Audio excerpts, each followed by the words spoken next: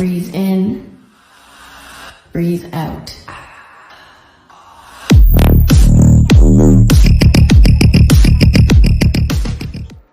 Hello दोस्तों, welcome to the new mass physics.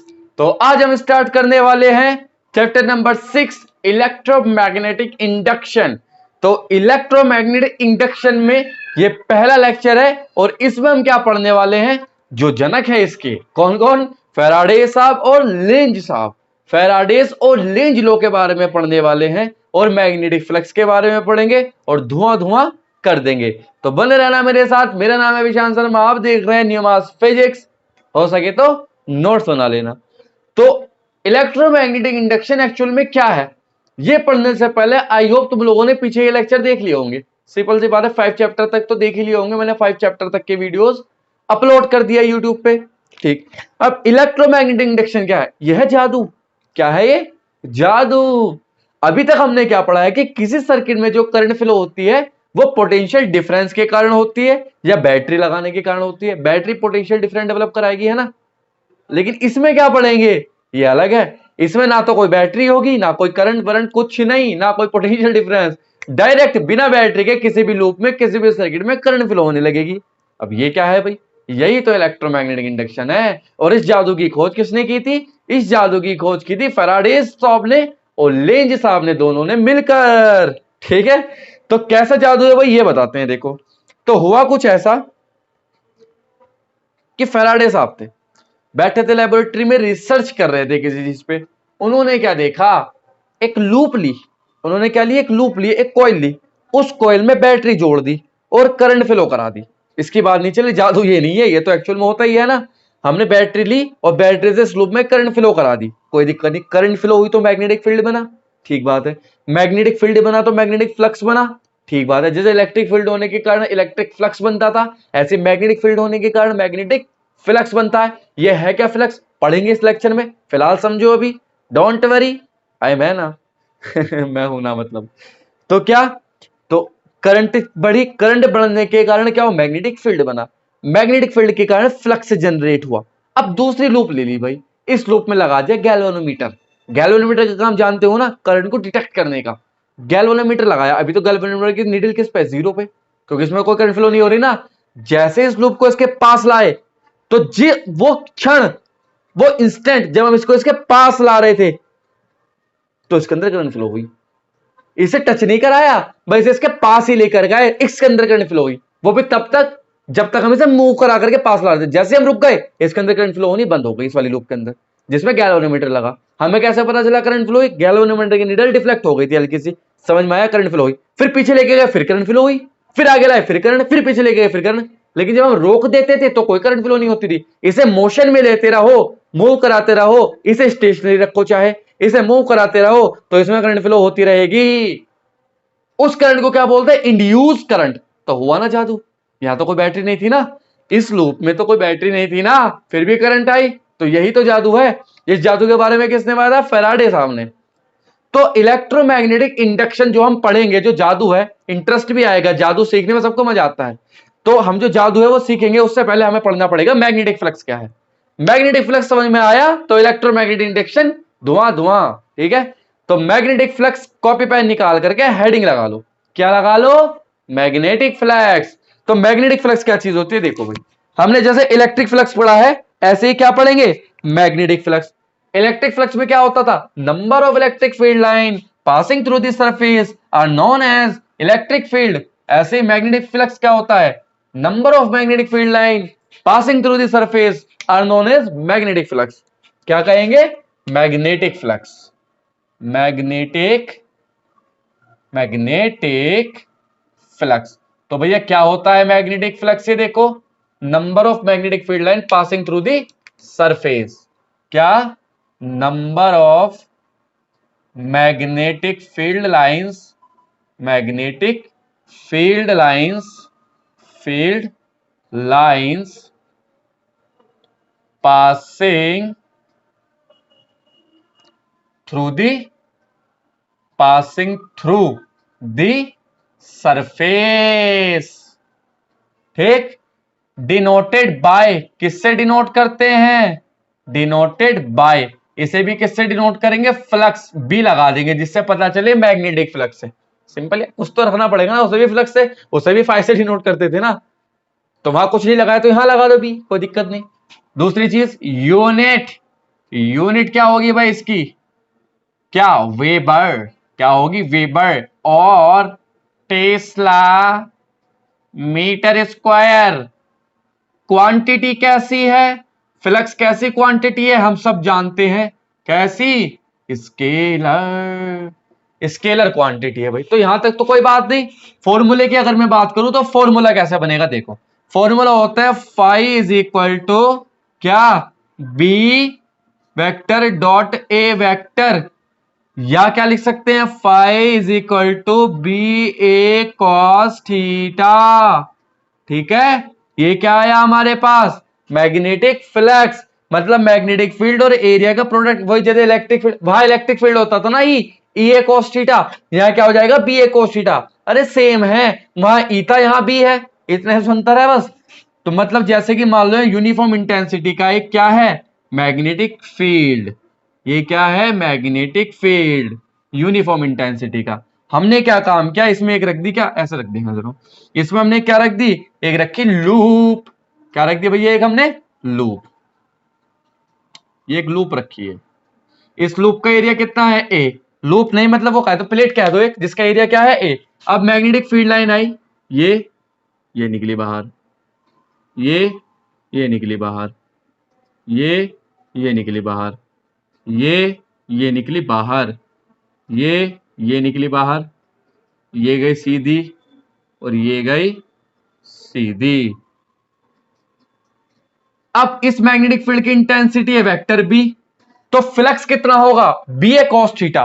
ठीक, अब ए किसके बीच, वो थीटा किसके बीच का एंगल है, ये थीटा याद करो, फ्लक्स को, इलेक्ट्रिक फ्लक्स को याद करो, इलेक्ट्रिक फ्लक्स में थीटा किसके बीच का एंगल होता था, ई और एरिया वेक्टर, एरिया नहीं था, क्या था, एरिया वेक्टर। ऐसे यहां भी फ्लक्स किस के बीच का, वो थीटा किस के बीच का एंगल है, मैग्नेटिक फील्ड और एरिया वेक्टर। तो इस प्लेट के एरिया वेक्टर की अगर मैं बात करूं, जैसे प्लेट थी और इस प्लेट की अगर मैं किसकी बात करूं, एरिया वेक्टर की, देखो ये प्लेट थी, इस प्लेट की किसकी बात करूं मैं, एरिया वेक्टर की, देखो ये ऐसा है ना, ये किसकी बात करूं अगर मैं एरिया वेक्टर की बात करूं, तो एरिया वेक्टर कहां को वर्क करेगा, मैंने बताया था एरिया वेक्टर हमेशा परपेंडिकुलरली आउटवर्ड वर्क करता है किसी भी सरफेस के, एरिया वेक्टर किसी भी सरफेस के परपेंडिकुलरली आउटवर्ड। तो इसके आउटवर्ड कैसे होगा, यहां भी हो सकता है और वहां भी, तो ये क्या हो जाएगा वेक्टर ए, तो वेक्टर ए क्या हो जाएगा डीए को, तो थीटा की वैल्यू यहां क्या हो जाएगी, थीटा की वैल्यू इस केस में हो जाएगी 0।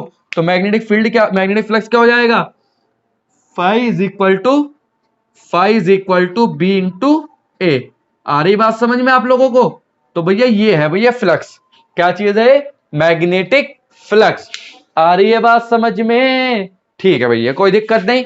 मैग्नेट, अब इसके कुछ स्पेशल केस होंगे, स्पेशल केस क्या क्या होंगे, कब फ्लक्स मिनिमम होगा, कब फ्लक्स मैक्सिमम होगा, कब फ्लक्स 0 होगा, ये केस होंगे, एक दो न्यूमेरिकल होंगे। हालांकि ये चीज तो यार ये तो पढ़ी हुई है, वहां इलेक्ट्रिक फील्ड है मैग्नेटिक फील्ड है, इतने तो है, वहां इलेक्ट्रिक फ्लक्स है मैग्नेटिक फ्लक्स है, सिंपल सी बात ना, वहां ई था यहाँ भी है, बाकी न्यूमेरिकल तक सेम वैसे होने हैं। चलो अब लिखते हैं स्पेशल केस। स्पेशल केस क्या क्या है भाई, देखो स्पेशल केस, स्पेशल, इससे ना लिखते चलो, इसे फेंको बेकार है। Special case, special case number 1, if theta equal to 90 degree. Theta 90 degree का मतलब क्या है, प्लेट ऐसे रखी है भैया, ये रखी है प्लेट और मैग्नेटिक फील्ड कैसे जा रहा है, ऐसे, ये जा रहा है मैग्नेटिक फील्ड, ये ऐसे, ये प्लेट है, ये क्या चीज है, हमारी प्लेट। इस प्लेट का एरिया वेक्टर कहां को वर्क करेगा, जस्ट परपेंडिकुलरली ऐसे, वेक्टर ए, और ये वेक्टर बी इधर को है, और एंगल कितना होगा दोनों के बीच का, 90 डिग्री। ठीक है, तो if theta equal to 90 degree तो क्या हो जाएगा, flux phi is equal to हो जाएगा 0, क्योंकि cos 90 की वैल्यू 0 होती है ना यार, तो फाई इक्वल टू 0, तो मतलब कैसा फ्लक्स मिला, 0 फ्लक्स मिला, 0 फ्लक्स। तो मतलब इस पोजीशन पे जब प्लेट ऐसे रखी होगी और electric field, magnetic field line ऐसे आ रही होगी, तो इस प्लेट पे अगर हम इसके थिकनेस को नेगलेक्ट कर देंगे तो एक भी मैग्नेटिक फील्ड लाइन पास नहीं होगी, क्योंकि अगर एक भी मैग्नेटिक फील्ड लाइन पास हो जाती तो वो क्या बन जाता, मैग्नेटिक फ्लक्स। तो या तो मैग्नेटिक फ्लक्स जीरो है, ठीक। नंबर 2 क्या है, नंबर दूसरा केस क्या है, इफ थीटा इक्वल टू क्या 0 डिग्री, थीटा 0 हो जाए तो क्या होगा, जीरो वाला सिचुएशन तुमने देख ली है। एक बार और बता दूं, जैसे कि मान लो प्लेट ऐसे रखी है किसी फील्ड में, है ना, बिल्कुल ऐसे ये एरिया है प्लेट का, इस प्लेट का एरिया कितना है ए, और मैग्नेटिक फील्ड लाइन ऐसे आ रही है, देखो ये ऐसे है ना, ये मैग्नेटिक फील्ड लाइन इस तरह से आ रही है, ये मैग्नेटिक फील्ड लाइन ये ऐसे आ रही है, ये क्या है वेक्टर बी, और यह एरिया वेक्टर ए। तो फ्लक्स कितना हो जाएगा, phi is equal to B A cos zero, या क्या मिलेगा, phi is equal to B A maximum, क्या मिलेगा मैक्स, ये मैक्सिमम है। मैक्सिमम क्यों है, क्योंकि कॉस थीटा की वैल्यू 1 जो होती है वो मैक्सिमम होती है, इससे नीचे तो नहीं हो सकती ना, तो मैक्सिमम होगा, सिंपल, यहां जीरो यहां मैक्सिमम। मिनिमम कब होगा, जब प्लेट को 180 डिग्री पर रख देंगे, 180 डिग्री पर रखेंगे तो माइनस बी हो जाएगा, वो मिनिमम, मिनिमम जीरो मतलब एक ही चीज हो जाती है वहां, क्यों, क्योंकि मैग्नीट्यूड तो सेम ही है ना। चलो भाई, तो यहां तक तो हमने फ्लक्स के बारे में पढ़ा कि फ्लक्स क्या चीज है एक्चुअल में, है ना। अगर हम कोई क्वेश्चन करें तो क्वेश्चन नंबर 1 की अगर मैं बात करूं फ्लक्स से रिलेटेड, इसमें लिखा है find the magnetic flux, find magnetic flux for a given figure, given figure, एक फिगर गिवन है भैया, ये करके दिखाओ मुझे, ये करके दिखाओ, देखो ये प्लेट है, ये ऐसे है, इसका एरिया कितना है प्लेट का, कितना है बच्चों, 5 मीटर स्क्वायर, प्लेट का एरिया कितना है 5 मीटर स्क्वायर। तो भैया एक प्लेट है जिसका एरिया कितना है, A is equal to 5 metre square. अब इलेक्ट्रिक मैग्नेटिक फील्ड लाइन ऐसे गई, ऐसे पास हो गई, ऐसे गई, ऐसे पास हो गई, ऐसे गई, ऐसे पास हो गई, ऐसे गई, ऐसे पास हो गई, ऐसे। अब ये प्लेट कितना एंगल पे झुकी हुई है, 60 डिग्री पे झुकी हुई है, और इंटेंसिटी ऑफ मैग्नेटिक फील्ड जो दे रखी है वो दे रखी है 5 टेस्ला। हमसे क्या पूछा, नेट मैग्नेटिक फ्लक्स बताना है। तो फ्लक्स बताने के लिए सब बच्चे जल्दी जल्दी में क्या करेंगे कि phi is equal to B A cos theta, और बी की वैल्यू रखो 5, ए की वैल्यू रखो 5, और कॉस थीटा की वैल्यू रखो 60, और आंसर आ जाएगा 12.5। अरे गलत है ये, अरे गलत है, क्यों है गलत, गलत इसलिए कि एंगल जो है किस किस के बीच का एंगल होता था एक्चुअल में फॉर्मूले में, मैग्नेटिक फील्ड और एरिया वेक्टर। ये क्या है, ये तो प्लेट और मैग्नेटिक फील्ड के बीच का एंगल है ना बेटा, प्लेट के बीच का एंगल थोड़ी लेना मैं, एरिया वेक्टर और मैग्नेटिक फील्ड के बीच का एंगल। तो इस प्लेट का एरिया वेक्टर क्या होगा, जस्ट इसके परपेंडिकुलर। तो परपेंडिकुलर कैसे, ऐसे लिख दो परपेंडिकुलर, जस्ट इस प्लेट के परपेंडिकुलर, ये क्या होगा इसका वेक्टर ए। तो ये एंगल कितना, देखो मैग्नेटिक फील्ड लाइन ये, एरिया वेक्टर है, तो एंगल कितना हो जाएगा 30 डिग्री। तो थीटा की वैल्यू क्या होगी यहां 30 डिग्री, तब जाके सॉल्व होगा क्वेश्चन ये, ठीक। तो क्या चेंज कर देंगे फ्लक्स के लिए, B5 A5 कॉस थीटा की वैल्यू 30 डिग्री, तो क्या हो जाएगा 25 अंडर रूट 3/2। तो ये भैया आया हमारे पास क्या वेबर। तो इतना इंटेंसिटी का फ्लक्स पास होगा इस प्लेट से। आई बात समझ में, कुछ कुछ कुछ क्लियरिटी हुई, ठीक है। क्वेश्चन नंबर 2 सिंपल क्वेश्चन, इसमें प्लेट ऐसे खड़ी है, लाल चढ़ी मैदान खड़ी, क्या खूब लड़ी, क्या खूब लड़ी। ये क्वेश्चन है भाई, देखो ये ऐसे, ये इंटेंसिटी ऑफ मैग्नेटिक फील्ड है, जितनी कितनी का 10 टेस्ला, इसका एरिया कितना है 5 मीटर स्क्वायर, फ्लक्स पूछा है, तो 5 इक्वल टू क्या हो जाएगा B A cos theta, B की वैल्यू 10, ए की वैल्यू 5, थीटा की वैल्यू बोलो बोलो बोलो, वेक्टर ए, दोनों क्या है जीरो, सेम डायरेक्शन में है, तो क्या आएगा 50 वेबर, क्या आया ये 50 वेबर। तो ऐसे हम फ्लक्स के बारे में नॉलेज गेन कर सकते हैं, ऐसे हम चीजों को कैलकुलेट कर सकते हैं on the basis of flux. तो भाई फ्लक्स की नॉलेज तो हमें मिल चुकी है, फ्लक्स क्या है, number of magnetic field line passing through the surface. Actually में फ्लक्स समझने का मकसद क्या, फ्लक्स समझने का मकसद था कि लाइंस कैसे पास होती है सरफेस के, भाई वो आर पार होती है, बात सिंपल से एक्सरे होता है, ये सरफेस है, यहां से लाइन पास हुई फ्लक्स की, तो फ्लक्स है, साइड से निकल गई तो फ्लक्स जीरो, क्योंकि number of magnetic field line passing through the surface. ऐसे इलेक्ट्रिक फील्ड के बारे में पढ़ा था, जब इलेक्ट्रिक फ्लक्स पढ़ा था। तो यहां तक तो आई होप ये चीजें क्लियर हो गई होगी। तो फ्लक्स तो भैया इतना सा था जो तुम्हें समझाना था मुझे, बेसिक चीज थी। बाकी फ्लक्स की नॉलेज अगर लेनी हो तो इलेक्ट्रिक फ्लक्स पढ़ लेना, और जहां जहां ई है वहां भी लगा लेना बस क्वेश्चनों में भी, तो क्वेश्चन की प्रैक्टिस भी ऐसे हो जाएगी, टेंशन नहीं लेने का भाई, है ना। तो समझ में आया क्या था फ्लक्स। तो अब हम क्या पढ़ने वाले हैं, जादूगर का खेल देखेंगे। कौन जादूगर, मैग्नेटिक फील्ड, वो फेराडेज लॉ। अब स्टार्ट होता है इलेक्ट्रोमैग्नेटिक इंडक्शन। इलेक्ट्रोमैग्नेटिक इंडक्शन एक फिनोमिना है जब किसी एक करंट कैरिंग कॉइल को दूसरी अनकरंट कैरिंग कॉइल के पास लेकर के आते हैं तो उसके अंदर इंड्यूस करंट प्रोड्यूस हो जाती है, उसके अंदर इंड्यूस करंट प्रोड्यूस हो जाती है, जिस फिनोमिना को क्या बोलते हैं, इलेक्ट्रोमैग्नेटिक इंडक्शन। तो ये किसने देखा था, फेराडे साहब ने देखा था सबसे पहले। तो फेराडेज ने अपने कुछ लॉ दिए थे इस चीज को ध्यान में रखते हुए कि कब मैग्नेटिक फ्लक्स चेंज करे कि करंट फ्लो हो, इस टाइप से, मतलब वो पढ़ेंगे हम सारे लॉस क्या क्या थे। तो देखो उन्होंने क्या देखा, उन्होंने कैसे कंक्लूजन निकाला कि करंट होती है नहीं होती है, क्या हुआ क्या था एक्चुअल में हुआ क्या था कि भाई फैराडे साहब अपने लेबोरेटरी में बैठे हुए रिसर्च कर रहे थे कुछ, ठीक, रिसर्च चल रहा था। उन्होंने क्या किया, एक लूप ली और यहां मैग्नेटिक फील्ड प्रोड्यूस कराया। ऐसे ये कोई मैग्नेटिक फील्ड रखा है, किसी मशीन से मैग्नेटिक फील्ड प्रोड्यूस कराया अचानक, ठीक। उन्होंने क्या किया, एक लूप ली, ये लूप रखी है भैया, कोई दिक्कत नहीं, ये लूप रखी है यहां, अच्छी बात है, बढ़िया, कोई दिक्कत नहीं, लूप रखी है। अब इस लूप से गैल्वेनोमीटर जुड़ा हुआ है भैया, इस लूप से क्या जुड़ा हुआ है, गैल्वेनोमीटर, ठीक, कोई दिक्कत नहीं। अब ये मैग्नेटिक फील्ड चल रहा है, कांस्टेंट एनर्जी का रिसर्च कर रहा है, कुछ चल रही होगी बात, कोई दिक्कत नहीं, मन में क्या क्या चलता रहता है साइंटिस्टों के, हमें क्या पता, चल रहा होगा कुछ अच्छा सा। अचानक लाइट भाग गई। अब जैसे ही लाइट भागी मैग्नेटिक फील्ड खत्म, है ना, लाइट भागते ही मैग्नेटिक फील्ड खत्म हुआ, और जैसे ही मैग्नेटिक फील्ड खत्म हुआ डिफ्लेक्ट, वो गैल्वेनोमीटर की सुई डिफ्लेक्ट हुई। जैसे ही मैग्नेटिक फील्ड रिमूव हुआ यहां से, गैल्वेनोमीटर की सुई ने डिफ्लेक्शन शो किया। ये क्या हुआ भाई, ना तो कोई बैटरी, ना कोई पोटेंशियल डिफरेंस, ना कोई एक्सटर्नल सोर्स, ये ऐसे कैसे करंट फ्लो हुई, ये हुआ क्यों, वो कंफ्यूज। उन्होंने फिर से मैग्नेटिक फील्ड प्रोड्यूस कराया, मतलब लाइट आ गई मान लो, मैग्नेटिक वो मशीन चालू कर दी मैग्नेटिक फील्ड वाली। अब जैसे मशीन चालू हुई फिर सुई हिली इसकी, वो यार दिक्कत क्या हो क्या रहा। उन्होंने फिर मैग्नेटिक फील्ड को अपनी तरह से मशीन का स्विच ऑफ किया, जैसे ही मशीन का स्विच ऑफ किया फिर मैग्नेटिक फील्ड खत्म, फिर करंट फ्लो हुई, ऑन किया फिर करंट फ्लो हुई, ऑफ किया फिर करंट फ्लो हुई, ऑफ करके छोड़ दिया करंट थोड़ी सी फ्लो हुई फिर खत्म, ऑन करके छोड़ दिया थोड़ा सा डिफ्लेक्शन हुआ फिर खत्म, cut cut cut cut cut cut cut cut करते रहे, चटर पर मैग्नेट करंट आई गई आई गई आई गई आई गई, ऐसे चलता रहा। वो समझ गए कि इसका मतलब मैग्नेटिक फील्ड चेंज होने के कारण करंट फ्लो हो रही है। ये पकड़ा गया चोर, कोई जादू नहीं है, इसका मतलब कोई जादू वादू नहीं है। जादू क्या है, ये मैग्नेटिक फील्ड छुप करके वार करता है, मैग्नेटिक फील्ड चेंज होने के कारण करंट फ्लो हो रही है। अच्छा, बहुत बढ़िया।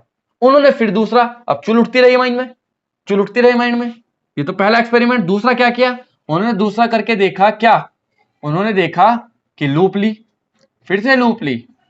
अब लूप कैसे ली, वेरिएबल एरिया की, वेरिएबल एरिया मतलब बढ़ा भी सकते हैं घटा भी सकते हैं एरिया, तो मतलब ये लूप है मान लो, इसके एरिया कभी ऐसे हो जाता है कभी ऐसे हो जाता है, कभी ये हो जाता है एरिया इस लूप का, है ना, कभी तो इंक्रीज हो जाता है लूप का एरिया, और कभी क्या हो जाता है, डिक्रीज हो जाता है लूप का एरिया, मतलब कभी रेडियस R1 कभी रेडियस R2, ठीक। अब जैसे लूप का एरिया घटा फिर करंट फ्लो हुई यार, और जैसे लूप का एरिया बढ़ा फिर करंट फ्लो हुई। ये हो क्या रहा, अब तो मैग्नेटिक फील्ड भी कांस्टेंट कर दिया, फिर क्यों करंट फ्लो हो रही। पहले तो ये पता चला कि मैग्नेटिक फील्ड चेंज होने के कारण करंट फ्लो हो रही होगी, बात मान ली। उन्होंने फिर देखा कि किसी लूप का एरिया इंक्रीज डिक्रीज करेंगे तब भी करंट फ्लो हो रही है, मैग्नेटिक फील्ड को चेंज नहीं करे, अगर मैग्नेटिक फील्ड कांस्टेंट कर दे और एरिया को चेंज करे तब भी करंट फ्लो होगी। इसका मतलब केवल मैग्नेटिक फील्ड ही रेस्पॉन्सिबल नहीं है करंट फ्लो कराने में, एरिया भी रेस्पॉन्सिबल है। अच्छा, उन्होंने फिर थर्ड एक्सपेरिमेंट किया, उन्होंने क्या किया, फिर मैग्नेटिक फील्ड प्रोड्यूस कराया कांस्टेंट इंटेंसिटी का, ठीक। उन्होंने फिर से लूप ली, ये रही। अब उन्होंने इस लूप को रोटेट कराया भाई, ऐसे वर्टिकल एक्सिस का राउंड क्या कराया, रोटेट कराया एंगल ओमेगा से। अब जैसे ही रोटेट कराया फिर करंट फ्लो हुई भाई। अब तो ना तो एरिया बदला ना मैग्नेटिक फील्ड चेंज किया, अब रोटेट करा दिया, और रोटेट कराते ही करंट फिर से फ्लो होने लगी। वो समझ गए कि इसका मतलब मैग्नेटिक फील्ड, एरिया और एंगल रेस्पॉन्सिबल है करंट फ्लो कराने में। अब बहुत बच्चे सोच रहे होंगे सर ये कैसे पता चला कि मैग्नेटिक फील्ड ही चेंज करना है, एरिया ही चेंज करना है और लूप ही घुमानी है, कुछ और भी तो कर सकता था वो। बिल्कुल सही बात है, कर सकता नहीं, किया भी होगा, लेकिन हम क्या पढ़ेंगे यार बच्चों, देखो उन्होंने हजारों चीजें की होगी। हमने एडिशन के सारे एडिशन ने केवल बल्ब ही थोड़ी बनाया था, कई सारे एक्सपेरिमेंट किए थे, उन एक्सपेरिमेंट्स में वो फेल हुआ था, केवल लास्ट वाला एक्सपेरिमेंट पास हुआ था जिसके कारण बल्ब बना। उससे पहले तो कई बार बल्ब बना चुका था, वो पास नहीं हुआ था ना। तो क्या हमने वो पढ़ा है? हमने तो केवल वो पढ़ा है कि एडिशन ने बल्ब बनाया और 1001 बार भी एक्सपेरिमेंट पे बना वो, उससे पहले वो फेल हुआ था। तो हम रिजल्ट ही तो देखते हैं ना, जिससे कोई रिजल्ट निकला हो। तो यहां भी उन्होंने हजारों एक्सपेरिमेंट करके देखे होंगे ना, रिजल्ट केवल इन 3 से मिला होगा ना, तुम तो वो 3 ही पढ़ेंगे ना, वो पढ़ेंगे तो जिंदगी निकल जाएगी ना, है ना। तो इसलिए हम तो केवल वही पढ़ेंगे जिनसे कंक्लूजन निकला। कंक्लूजन किन किन से निकला? मैग्नेटिक फील्ड चेंज होने के कारण करंट फ्लो होती है, एरिया चेंज होने के कारण करंट फ्लो होती है, एंगल चेंज होने के कारण करंट फ्लो होती है। मतलब if B change, if B change, then induced current produce, induced current produce। ऐसे इसमें if A change क्या होगा फिर से? Induce current produce. ऐसे एंगल चेंज फिर क्या होगा? Induce current produce. 3 चीजें, इसका मतलब एक चीज हो रहा है कि निकल के, अब एक चीज हो रहा है कि जिसके कारण करंट फ्लो होगी, क्या? इन तीनों का प्रोडक्ट। मतलब magnetic field B, area A, angle cos theta, ये क्या चीज है? फ्लक्स। क्या चीज है? फ्लक्स। मतलब फ्लक्स चेंज होने के कारण भी करंट फ्लो हो सकती है, मतलब फ्लक्स चेंज होने के कारण भी करंट फ्लो होगी, क्योंकि जब मैग्नेटिक फील्ड, एरिया और कोस तीनों के प्रोडक्ट से फ्लक्स है, तो इसका मतलब फ्लक्स चेंज होने के कारण इंड्यूस करंट प्रोड्यूस होती है। मेन कंक्लूजन क्या निकला कि किसी भी कॉइल में जब हम फ्लक्स चेंज कराते हैं तो इंड्यूस करंट प्रोड्यूस हो जाती है, ऐसे इंड्यूस ईएमएफ भी डेवलप हो जाता है। आई बात समझ में? तो ये एक्सपेरिमेंट है फैराडेज के, ये लॉ नहीं थे, ये क्या थे? Faraday's experiment. क्या थे भाई ये? Faraday's experiment, Faraday's experiment. उन्होंने और वो भी और एक्सपेरिमेंट भी किए थे, एक्सपेरिमेंट्स, जैसे कि वो कॉइल लपेटी सोलेनोइड पे, एक कॉइल यहां, एक कॉइल यहां, एक पे गैल्वेनोमीटर, एक पे बैटरी, और दोनों को स्विच ऑन ऑफ किया तो वहां गैल्वेनोमीटर में डिफ्लेक्शन शो हुआ था, तो उससे पता चला था कि करंट फ्लो हो रही है। वही तो मैं बता रहा हूं। तो कहने का मतलब क्या है कि फ्लक्स चेंज होने के कारण करंट फ्लो होती है। अगर फ्लक्स घटेगा या बढ़ेगा तो induce current will B produce in a secondary coil. मतलब अगर हमारे पास एक कॉइल ये, एक कॉइल ये, अब इस कॉइल में करंट फ्लो हो रही है, करंट फ्लो हो रही है तो मैग्नेटिक फील्ड प्रोड्यूस हो रहा, मैग्नेटिक फील्ड प्रोड्यूस हो रहा तो फ्लक्स जनरेट हो रहा। देखो भैया ना, अब फ्लक्स, मैग्नेटिक फील्ड लाइन ऐसे जा रही है, मान लो ऐसे निकल रही है मैग्नेटिक फील्ड लाइन, अब ये फ्लक्स ही तो है। अब ये जो है अनकरंट कैरिंग कॉइल जिसके अंदर केवल गैल्वेनोमीटर लगा हुआ है, मैं इसे ऐसे लेकर के जाऊंगा, है ना। अब जैसे मैं इसे लेकर के जाऊंगा तो मैग्नेटिक फ्लक्स चेंज हुआ, इसके लिए मैग्नेटिक फ्लक्स चेंज हुआ ना, हुआ, क्योंकि यहां देख लो, मान लो 16 लाइन निकल रही है यहां से, अब 16 लाइन जाते जाते दूर दूर होती जा रही है, जरा जरा दूर होती है, वैसे वैसे मैग्नेटिक फील्ड कम होता है, ये तो पता है ना। अब जैसे मैं यहां पास आया तो मैग्नेटिक फील्ड कम, मैग्नेटिक फील्ड लाइन थोड़ी कम पास करेगी ना, क्योंकि दूर दूर हो गई, और आ गया तो मैग्नेटिक फील्ड लाइन थोड़ी ज्यादा पास करेगी, और आ गया और ज्यादा पास करेगी इस वाली कॉइल से, और पास आया और ज्यादा पास करेगी इस वाली कॉइल से।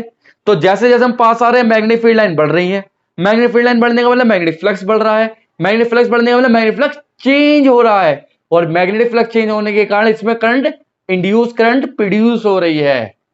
तो ये है भाई एक्सपेरिमेंट का कंक्लूजन, जो एक्सपेरिमेंट फैराडेज ने किए थे कि due to the change in magnetic flux current induce current will produce.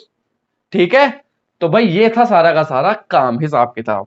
तो ये तो थे एक्सपेरिमेंट जो कहानी के तौर पे मैंने आप लोगों को बता दिए। अब देखो जरा यहां, ये तो एक्सपेरिमेंट थे, इन्हें अपनी भाषा में लिख लेना, वैसे बस नॉलेज होनी चाहिए, इनकी आते नहीं, लॉ आते हैं। क्या आते हैं? लॉ आते हैं। ठीक है, मतलब जैसे कि मान लो हमारे पास ये कॉइल है, ये कॉइल है, अब इस कॉइल में क्या फ्लो हो रही है भैया? ये ऐसे, अब इसमें करंट फ्लो हो रही है मान लो ऐसे, तो मैग्नेटिक फील्ड ऐसे जाएगी, तो मैग्नेटिक फील्ड लाइन ऐसे निकल रही, देखो ये निकली यहां, ये निकली यहां, ये निकली यहां, ये निकली यहां, ये निकली यहां, ऐसे चल रही।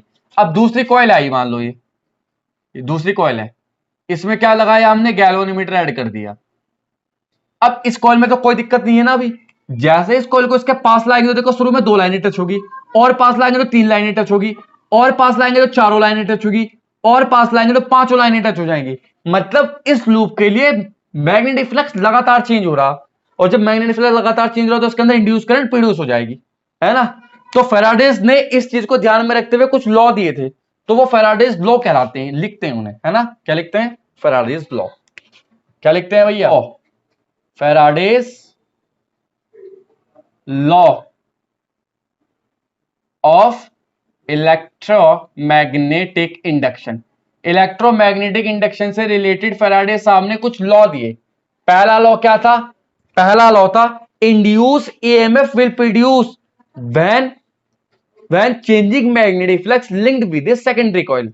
मतलब चेंजिंग मैग्नेटिक फ्लक्स जब किसी सेकेंडरी कॉइल से लिंक होता है तभी इंड्यूस ईएमएफ प्रोड्यूस होता है या इंड्यूस ईएमएफ डेवलप होता है, और उस इंड्यूस ईएमएफ के कारण करंट फ्लो होती है। इंड्यूस ईएमएफ क्या है, जानते हो ना, इंड्यूस ईएमएफ क्या है, जो खुद से डेवलप हुआ है, इंड्यूस हुआ है, खुद से उत्पन्न हुआ है ना। तो क्या होगा, induced EMF, induced EMF in a coil will develop, will produce when changing magnetic flux, changing magnetic flux linked with this coil, linked with the coil, linked with the coil. मतलब क्या है, मतलब ये जैसे कि मान लो ये कॉइल है एक, ठीक, गैल्वेनोमीटर लगाया हमने, अब यहां बार मैग्नेट रखी है, ये नॉर्थ ये साउथ।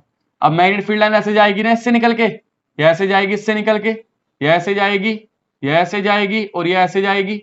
यहां करंट फ्लो हमने ऐसे ले आया, यहां जैसे बार मैग्नेट को यहां लेकर जाएंगे तो पहले एक लाइन काटेगी इसे, फिर दो, फिर चार, फिर सारी की सारी काटने लगेगी। मतलब जैसे जैसे मैग्नेट पास ला रहे हैं मैग्नेटिक फील्ड बढ़ रहा, मैग्नेटिक फील्ड बढ़ने का मतलब मैग्नेटिक फ्लक्स चेंज हो रहा है, और changing magnetic flux linked with the secondary coil is cause induced EMF, है ना।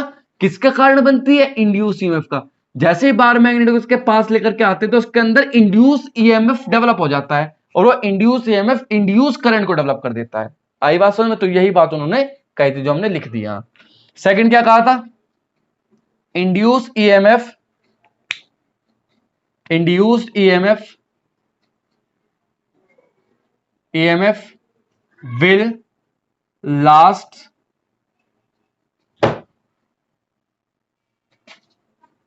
will last as induced EMF will last as long as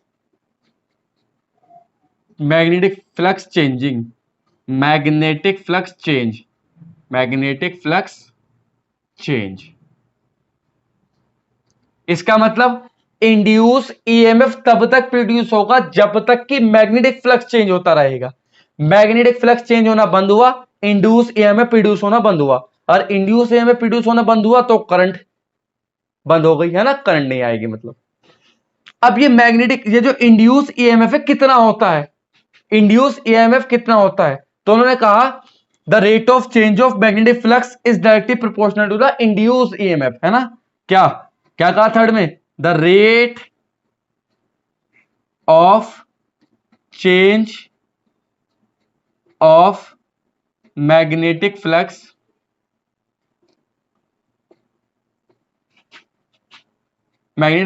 is directly proportional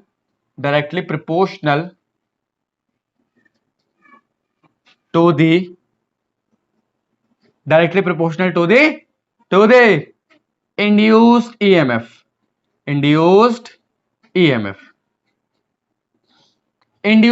देखो भाई क्या मतलब है, मतलब ये कि जो E है वो डायरेक्टली प्रोपोर्शनल है change in magnetic flux, change in magnetic flux upon किसके, टाइम। मतलब E directly proportional to D phi upon D T. क्या हो जाएगा, D phi upon D T. Proportional का साइन हटाएंगे तो कांस्टेंट आ जाएगा, तो उसे लिख देंगे क्या, E is equal to D phi upon D t, minus आ जाएगा। माइनस का मतलब क्या है, जो इंड्यूस ईएमएफ डेवलप होता है वो अपोज करता है जिसके कारण वो खुद डेवलप हुआ है। इंड्यूस ईएमएफ अपोजिट डायरेक्शन में डेवलप होता है, आई बात समझ में? ये कैसे, ये बताएंगे लेंज लॉ के अकॉर्डिंग। लेंज लॉ ने बताया था, लेंज साहब ने बताया था मतलब। तो इंड्यूस ईएमएफ कैसे प्रोड्यूस होता है, ऐसे प्रोड्यूस होता है कि उसका विरोध करते हैं, इसके कारण वो खुद डेवलप हुआ है, या इंड्यूस करंट। चलो, तो E is equal to minus D phi upon D T. D phi क्या है, चेंज इन फ्लक्स, और डी टी क्या है, चेंज इन टाइम, मतलब वही। अगर n नंबर ऑफ टर्न्स हो तो n से मल्टीप्लाई कर देंगे यहाँ। तो उन्होंने क्या कहा था थर्ड में, the rate of change of magnetic flux is directly proportional to the induce EMF. कोई दिक्कत यहां तक? यहां तक किसी को कोई दिक्कत? यहां तक आई थिंक कोई दिक्कत नहीं होगी आप लोगों को, ठीक। चलो भाई,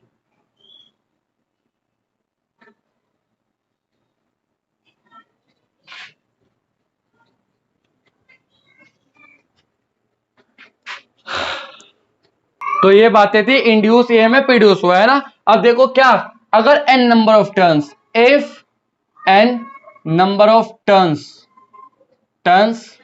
present in loop, present in loop, तो क्या हो जाएगा induce EMF, E is equal to minus N D phi upon D T, है ना। अब अगर मैग्नीट्यूड लिखना है इसका, देखो तो डायरेक्शन क्या है, where negative sign shows, where negative sign shows क्या, the induced EMF opposite in nature, induce EMF opposite in nature, मतलब अपोजिट नेचर का होता है। अगर तुम मैग्नेटिक फ्लक्स ऐसे बढ़ा रहे हो तो इंड्यूस ईएमएफ ऐसे प्रोड्यूस होगा, अपोजिट नेचर का, जिसके कारण वो खुद प्रोड्यूस हुआ है। तो मतलब ई की अगर मैं बात लिखूं मैग्नीट्यूड, तो वो हो जाएगा क्या, N D phi upon D T, ये ऐसे, ठीक। अब कुछ इंपॉर्टेंट पॉइंट्स है। इंपॉर्टेंट पॉइंट्स क्या, कि किस किस स्थिति में मैग्नेटिक फील्ड चेंज हो सकता है, या मैग्नेटिक फ्लक्स चेंज हो सकता है ना। मैग्नेटिक फ्लक्स किन किन परिस्थितियों में चेंज हो सकता है, हमें फिर न्यूमेरिकल में डील करनी है ना। तो क्या है, देखो भाई, क्या important notes, important points, important points है भाई। पहला पॉइंट क्या है, magnetic flux can be change in several ways, in several ways, in several ways में मैग्नेटिक फ्लक्स चेंज हो सकता है। नंबर फर्स्ट, पहला, if changing magnetic field, changing magnetic field, changing magnetic field, मतलब बी जो हो वो कैसे हो, बी इंटू टी, टाइम के रेस्पेक्ट में चेंज हो रहा हो। मतलब जो मैग्नेटिक फील्ड है वो किसके रेस्पेक्ट में चेंज हो रहा हो, टाइम के रेस्पेक्ट में, तो फ्लक्स भी चेंज होगा। अरे phi equal to B A cos theta, B change हो तो फाई चेंज होगा। Number two, number B part क्या है, इफ चेंजिंग करंट, अगर करंट चेंज हो, मतलब I is equal to I T के रेस्पेक्ट में अगर करंट चेंज हो रही है तब भी मैग्नेटिक फ्लक्स चेंज होगा। अरे करंट चेंज हो रही है तो मैग्नेटिक फील्ड चेंज होगा, मैग्नेटिक फील्ड चेंज हो रहा है तो फ्लक्स चेंज होगा, सिंपल।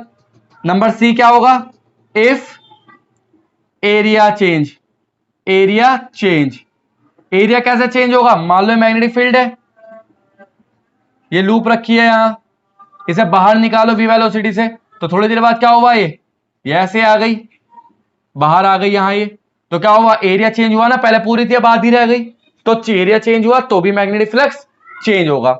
और नंबर फोर्थ पॉइंट क्या है, if angle change, angle change, अगर एंगल चेंज हुआ थीटा तब भी मैग्नेटिक फील्ड क्या होगा, मैग्नेटिक फ्लक्स क्या होगा, चेंज होगा, ठीक।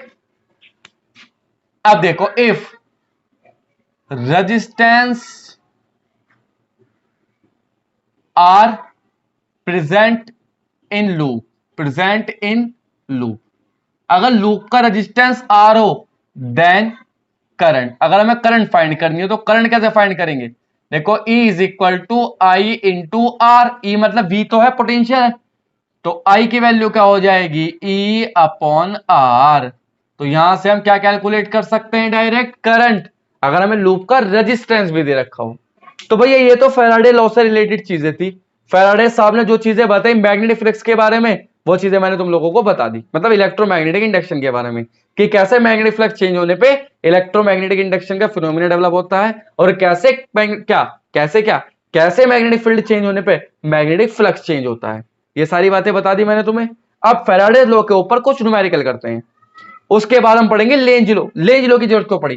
अरे जब वो इंड्यूस ईएमएफ डेवलप हो रहा तो इंड्यूस करंट फ्लो हो रही है, अब वो इंड्यूस करंट किस डायरेक्शन में फ्लो हो रही है, ये भी तो मुद्दा है। मुद्दा यही नहीं कि इंड्यूस करंट डेवलप हो रही है, इंड्यूस करंट जो डेवलप हो रही है वो किस डायरेक्शन में डेवलप हो रही है। मतलब जब मैग्नेटिक फील्ड बढ़ता है तो लूप में कैसे करंट फ्लो होती है इंड्यूस वाली, क्लॉकवाइज या एंटी क्लॉकवाइज, या जब मैग्नेटिक फील्ड घटता है तब कैसे फ्लो होती है, क्लॉकवाइज या एंटी क्लॉकवाइज, ये भी तो क्वेश्चन है ना। इसके बिना कैसे पता लगा पाएंगे करंट करंट कहां को फ्लो हो रही है, जब तक ये नहीं पता हो तब तक हम इसे आगे को कैसे रिजल्ट पे कैसे पहुंचेंगे, कैसे इन्हें सॉल्व कर पाएंगे, अपने प्रॉब्लम में कैसे लगा पाएंगे, है ना। तो ये भी तो मुद्दा है।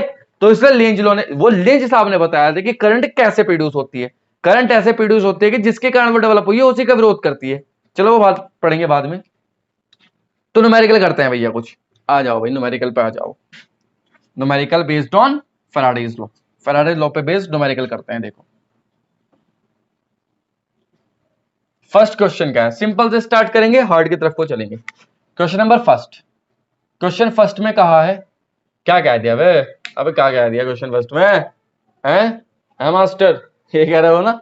अरे कुछ नहीं भाई, ऐसी बात नहीं। इसमें कहा है इफ क्या,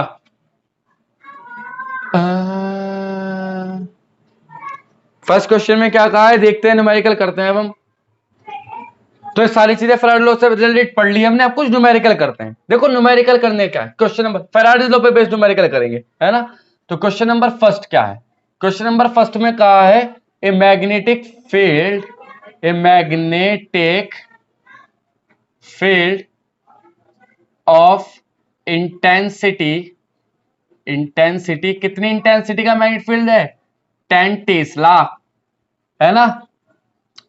इन ए मैग्नेटिक फील्ड ऐसा आएगा, in a magnetic field of intensity 10 tesla, a circular coil, circular loop of area 100 centimetre square placed what will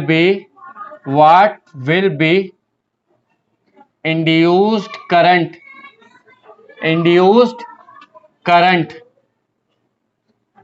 induced EMF and induced current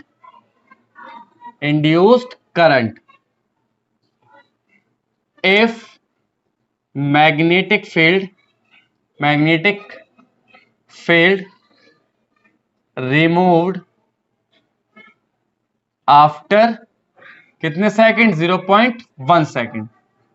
अगर मैग्नेटिक फील्ड को 0.1 सेकंड में हटा दिया जाए तो इंड्यूस करंट और इंड्यूस ईएमएफ बताना है। गिवन रेजिस्टेंस ऑफ कॉइल कितना है, R = 5 ओम। ये चीज हमें दे रखी है क्वेश्चन में। चलो भाई तो क्या करना है, देखो हमें पता है इंड्यूस ईएमएफ, पहले पॉइंट क्या करेंगे, इंड्यूस्ड ईएमएफ कैसे कैलकुलेट करेंगे, इंड्यूस्ड ईएमएफ E = -d∅/dt, ठीक है, -d∅/dt। अब देखो भाई चेंज इन फ्लक्स, d∅ क्या है, चेंज इन फ्लक्स।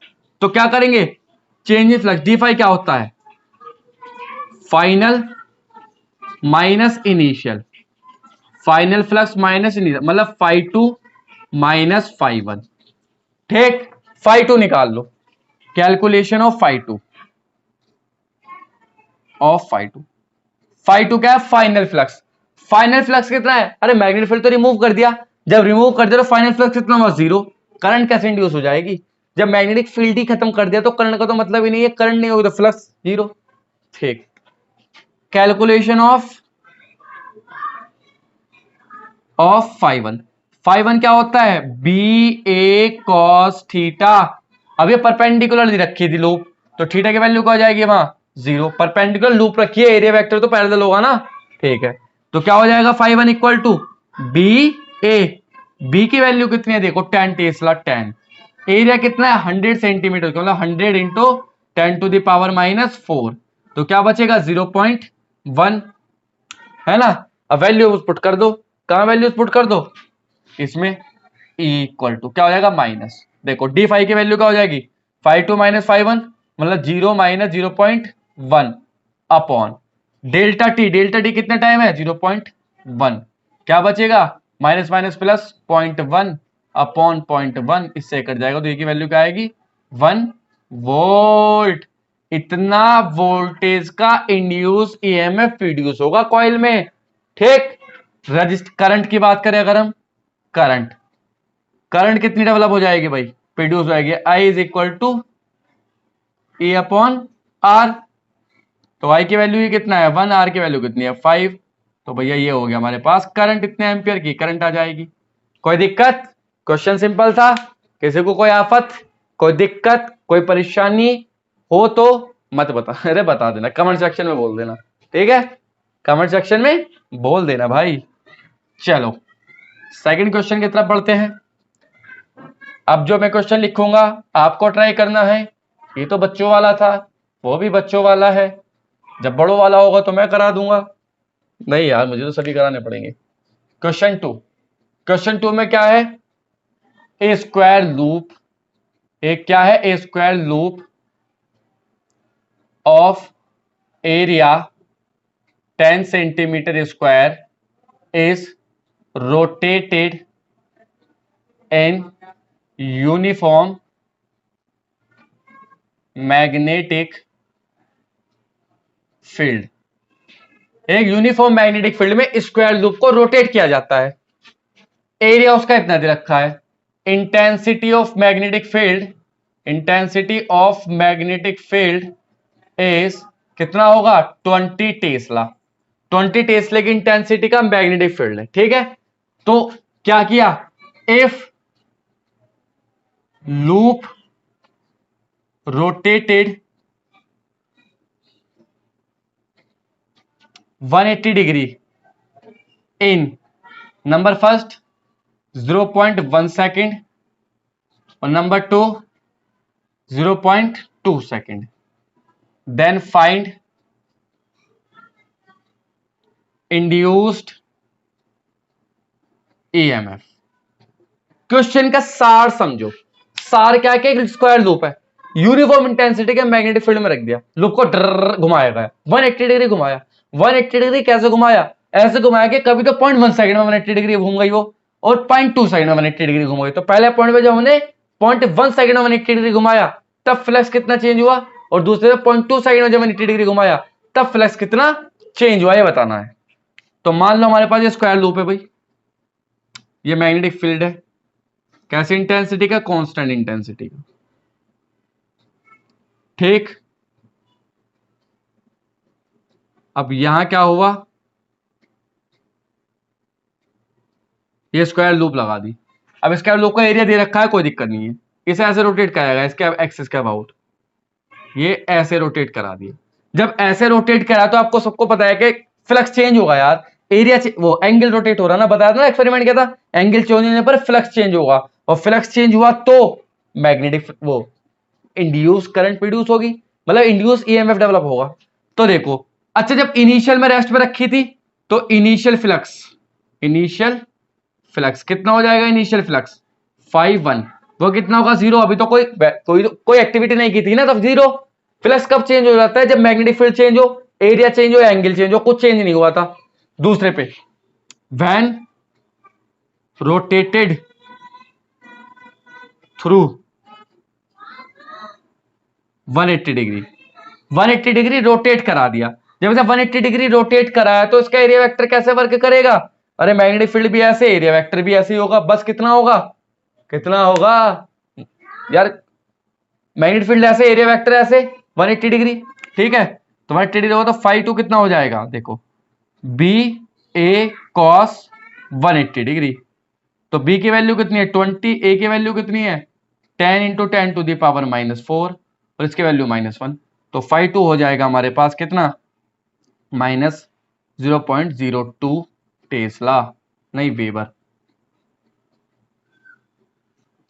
तो इंड्यूस्ड ईएमएफ कितना हुआ, induced EMF E equal to minus D phi upon D T, ठीक, माइनस डी फाई कितना है, 5 2 माइनस 5 1, 5 2 माइनस 0.02 माइनस 5 1 कितना है 0 अपॉन टाइम कितना है टी 0.1 सेकेंड, तो 0.1 सेकेंड, तो क्या आएगा 0.02 अपॉन 0.1, पॉइंट हटाया 0 बढ़ाया, तो 1 अपॉन 5 वोल्ट, तो ये आया ई।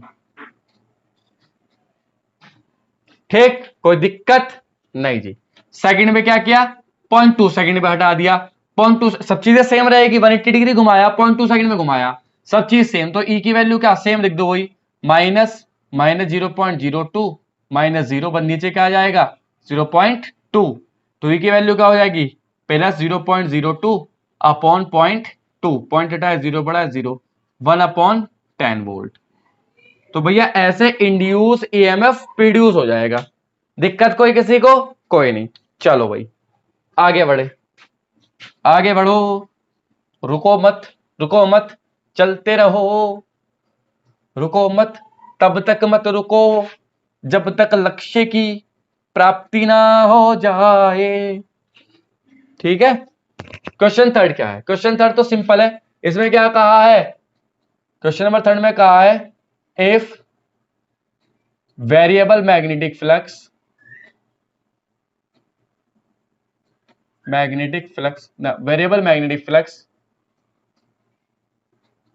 गिवन एज क्या phi is equal to 5t cube minus 3t square plus 2t plus 1, then find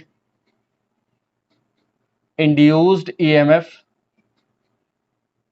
EMF and induced current in coil if resistance in 5 seconds, if resistance of coil is 50 ohm, resistance of coil कितना दे रखा है 50 ओम, 50 ओम। ठीक है भैया, देखो ये phi दे दिया यार, सिंपल है, तो क्या करेंगे फाई इज इक्वल टू कितना दिया है 5t cube minus 3t square plus 2t plus 1, क्या करेंगे डिफरेंशियल करो टी के रेस्पेक्ट में, ऑन डिफरेंशिएटिंग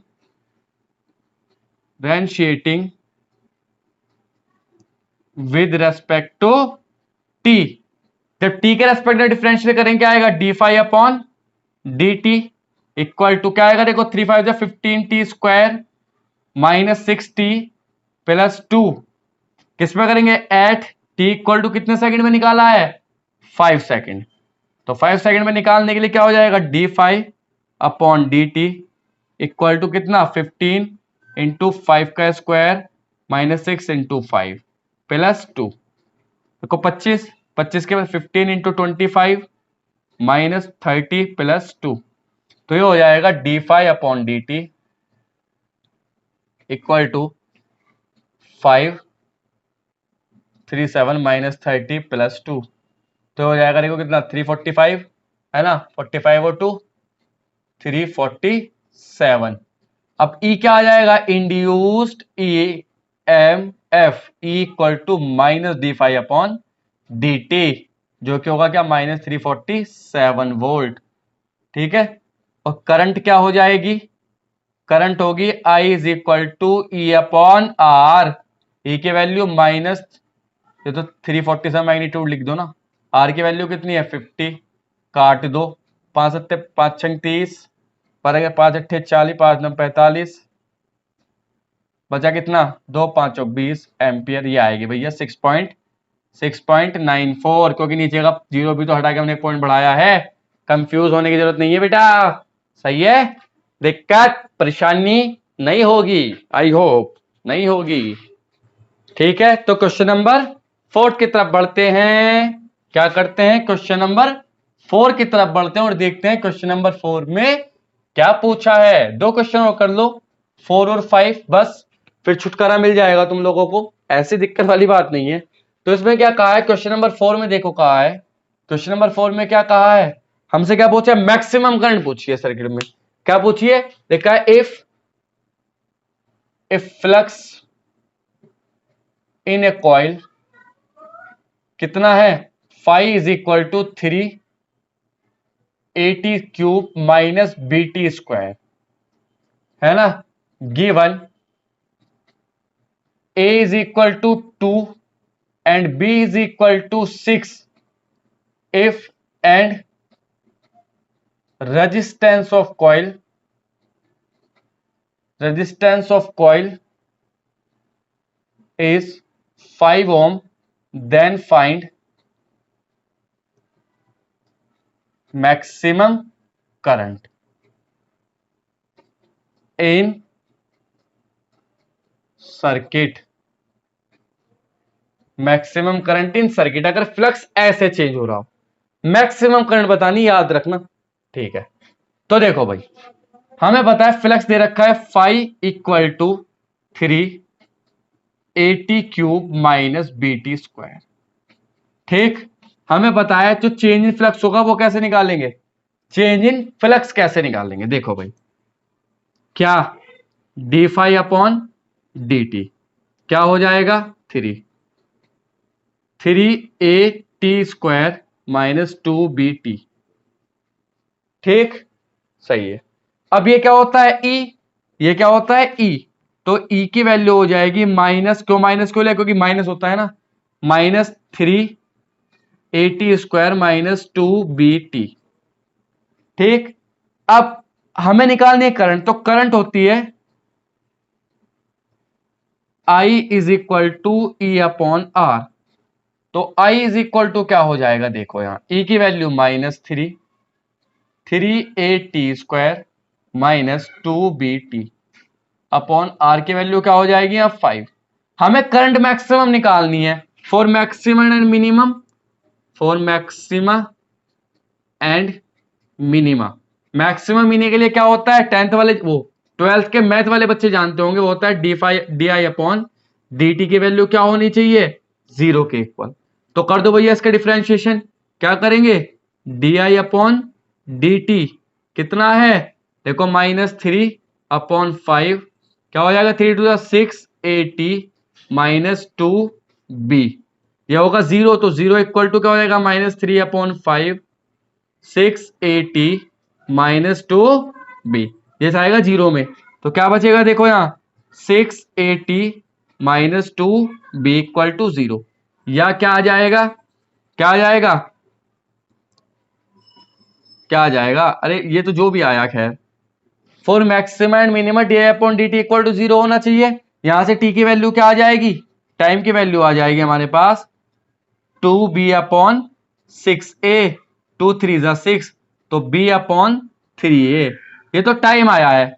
हमें क्या निकालनी है, मैक्सिमम करंट, अगेन डिफरेंशियल करना पड़ेगा, मैक्सिमम, अरे अगेन डिफरेंशियल करना पड़ेगा ना, तो लिखेंगे अगेन डिफरेंशिएटिंग, अगेन डिफरेंशिएटिंग, जब अगेन डिफरेंशियल करेंगे इसका ही, तो क्या हो जाएगा, डी स्क्वायर आई अपॉन DT स्क्वायर, तो क्या होगा, देखो माइनस 3/5 तो ऐसे ही चलता रहेगा, इसकी वैल्यू क्या हो जाएगी 6A, ये कैसे वैल्यू आई है, निगेटिव, अगर ये निगेटिव है तो वैल्यू विल, तो देन करंट विल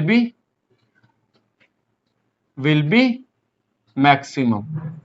अगर d square upon DT square की वैल्यू निगेटिव आती है तो वैल्यू क्या, फंक्शन की वैल्यू क्या मिलती है, मैक्सिमम, मैथ वाले बच्चे जानते होंगे, और अगर ये पॉजिटिव आती है तो मिनिमम। अब करंट की मैक्सिमम वैल्यू होगी कितनी, वो निकालना है, तो कहां रख दो, करंट वाली एक्सप्रेशन में रख दो, कहां है करंट का एक्सप्रेशन, ये रहा, अब टी की वैल्यू इसमें रख दो, आ जाएगा आई, है ना, तो क्या लिख देंगे, नाउ मैक्सिमम करंट, क्या लिखेंगे, नाउ, पानी वाली नाव नहीं, नाव अब वाली नाव, नाउ मैक्सिमम करंट कितनी हो जाएगी, आई मैक्स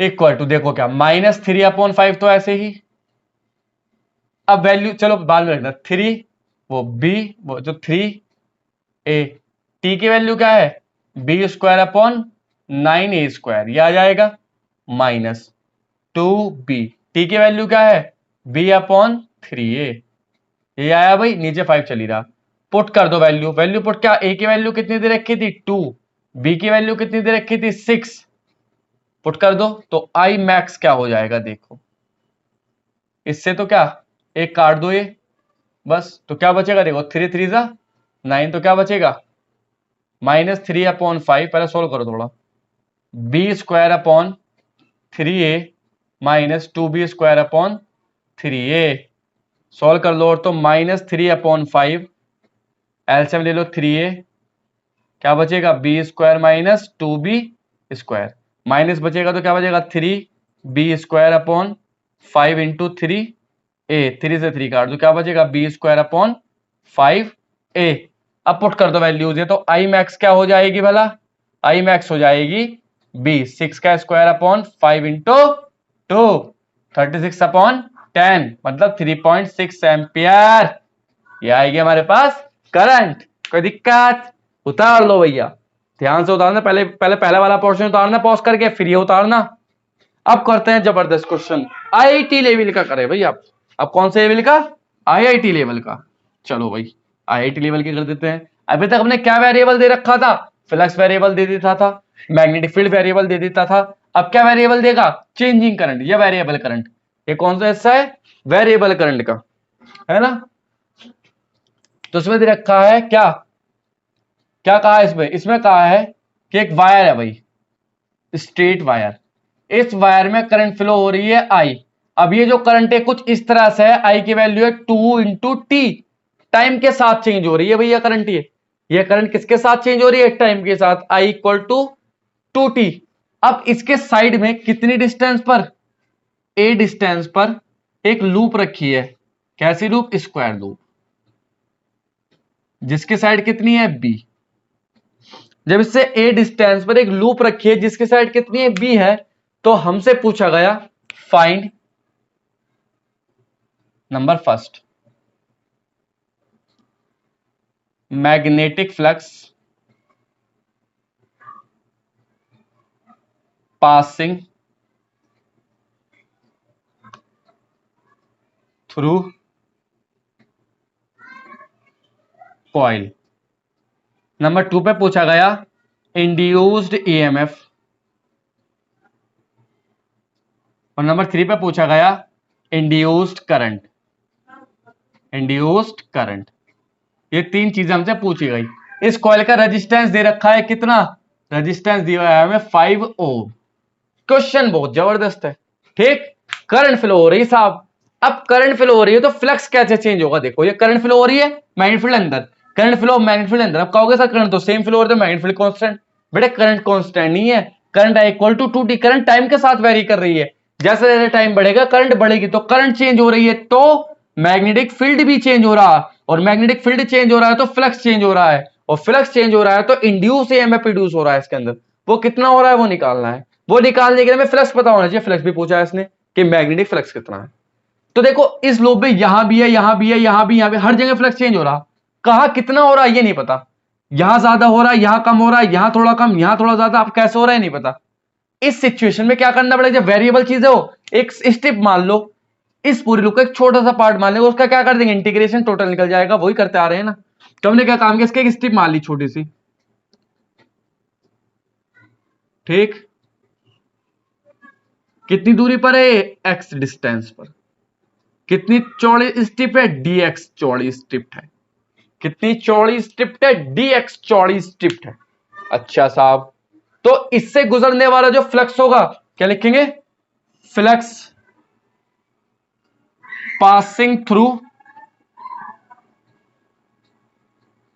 स्ट्रिप, स्ट्रिप से गुजरने वाला फ्लक्स देखो भाई क्या होगा, स्ट्रिप तो ये है ना छोटी सी, इससे गुजरने वाला फ्लक्स, छोटी स्ट्रिप है तो छोटा फ्लक्स गुजरेगा, मतलब D phi is equal to B, क्या हो जाएगा D A cos theta, theta की वैल्यू क्या है यहां 0, तो डी फाई क्या हो जाएगा बी डी ए।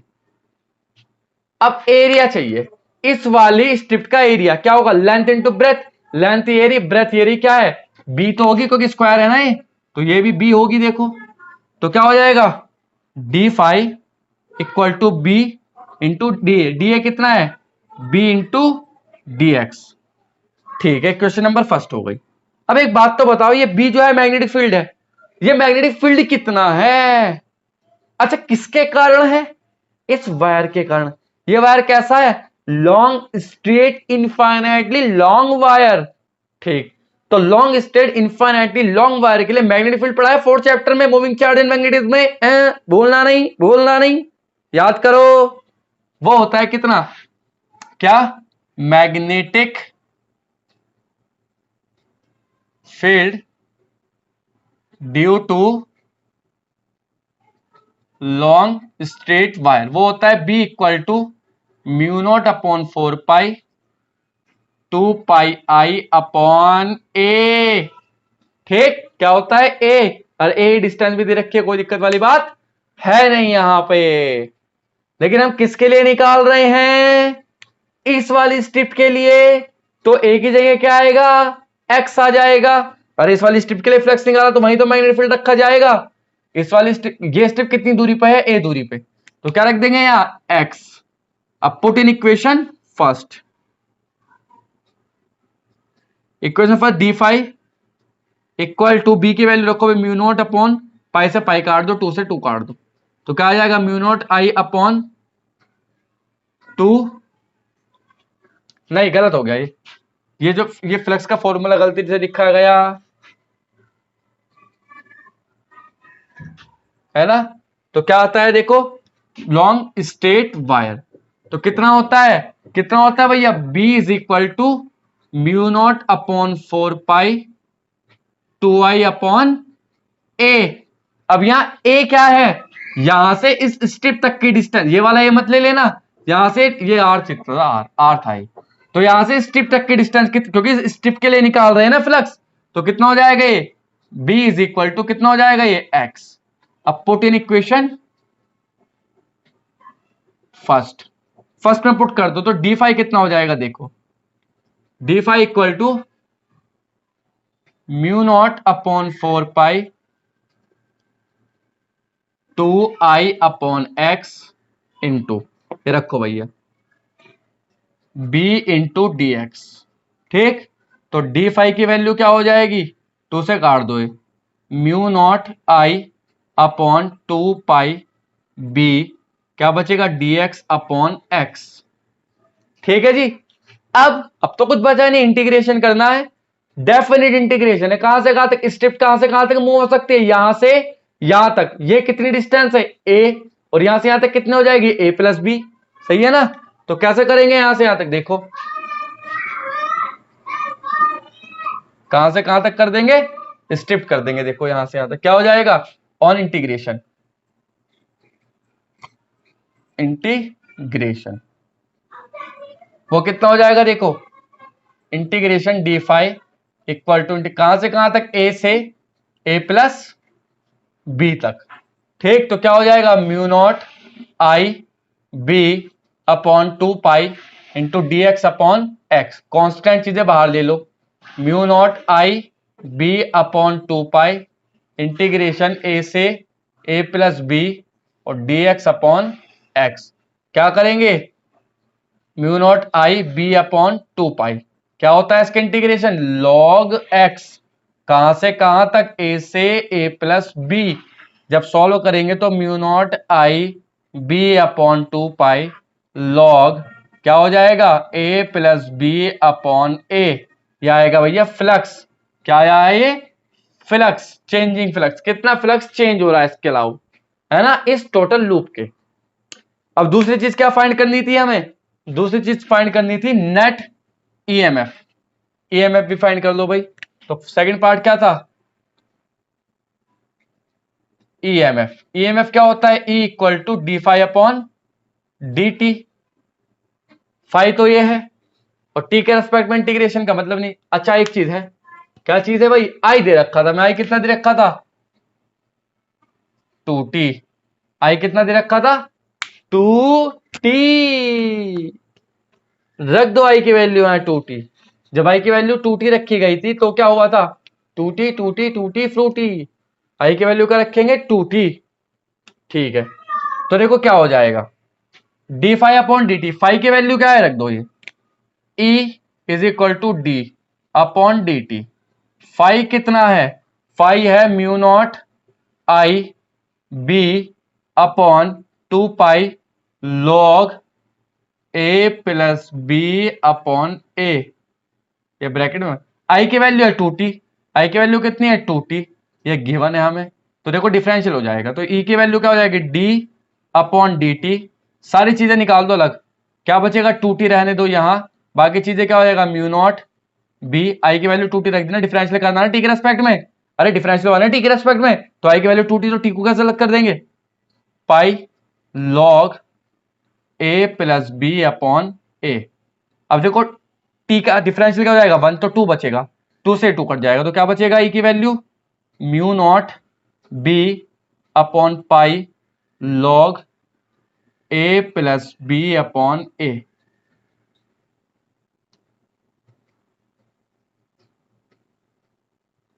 ये है भैया हमारे पास इंड्यूस ईएमएफ, क्या है ये, इंड्यूस ईएमएफ।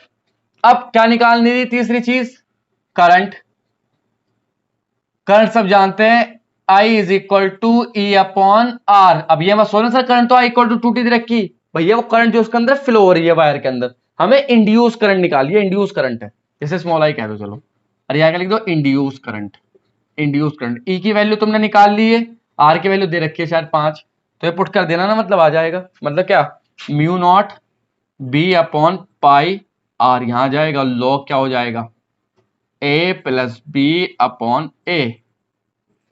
तो भैया ये क्वेश्चन थे फैराडेज लॉ से related. Faraday's law I hope तुम लोगों के समझ में आया होगा, इलेक्ट्रोमैग्नेटिक इंडक्शन की बैकबोन है, इसके बिना कुछ कर नहीं सकते। अब इसके बाद पर हम पढ़ेंगे लेंजिस लॉ, किसमें, नेक्स्ट पीरियड में, मतलब नेक्स्ट लेक्चर में। ध्यान रखना दोनों लेक्चर कंबाइन ही है, इसका सेकंड पार्ट आएगा जिसमें हम लेंज लॉ पढ़ेंगे, वो छोटा होगा, क्योंकि हमने मैक्सिमम चीजें यहां पढ़ ली है। तब तक के लिए stay tuned, all the best.